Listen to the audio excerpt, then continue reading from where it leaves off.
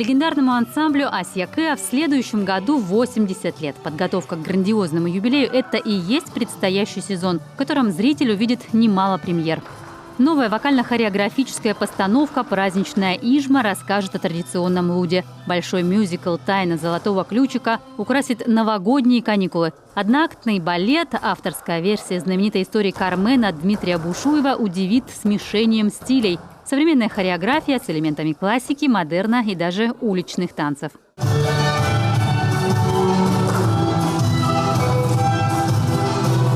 Несколько концертных программ, обновленные и уже полюбившиеся.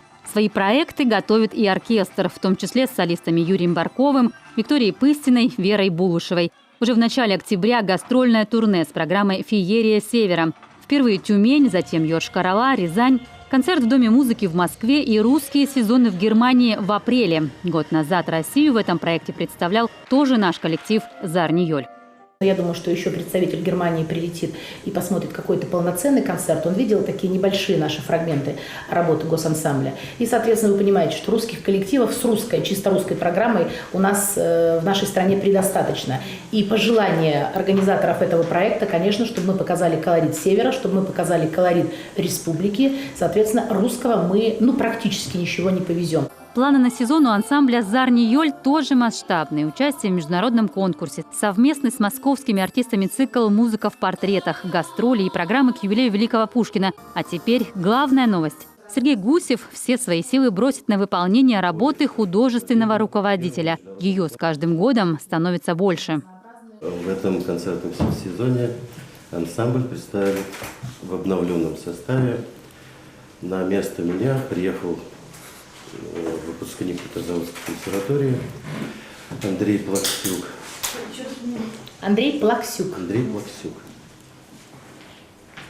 Кстати сказать, мы учились у одного профессора. А вот и сам Андрей Плаксюк. Говорят, репетировать готов чуть ли не круглосуточно. Обновление и омоложение – главный лейтмотив жизни филармонии последние 2 года. Для желающих работать в коллективах теперь недостаточно мест. Приходится даже отказывать. В этом году пришло 4 человека новых в состав хора. Очень много пришло в балет ребят новых. В оркестр ансамбля пришла новая артистка оркестра, дамбистская.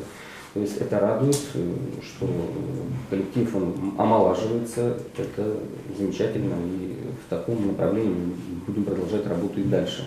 И еще один большой долгожданный подарок ожидает и артистов, и их поклонников – преображение концертного зала. С середины июня здесь белят, красят, ремонтируют, модернизируют, заменят освещение, кресла и сценическую одежду. Ткань на занавес заказали в Италии, шьют в Петербурге. Зал будет в синих тонах. Выполнены все требования пожарных. В зрительном зале, согласно правил пожарной безопасности, расширят запасные выходы и расстояние между рядами кресел. Их, к слову, станет меньше. Появится пространство перед сценой. Теперь это будет всегда свободное место для оркестра.